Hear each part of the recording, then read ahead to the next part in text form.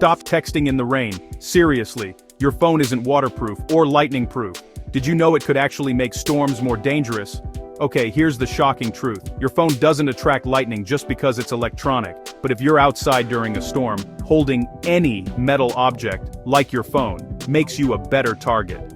Lightning loves the quickest path to the ground, and guess what? That could be you, especially if you're waving your phone around. Even standing under a tree or using wired headphones can up your risk. So next time thunder rumbles, put your phone away and head indoors. Better to miss a text than a lightning strike, right? Stay safe out there, and if you learned something new, smash that subscribe button for more fun tips from TurboTackle.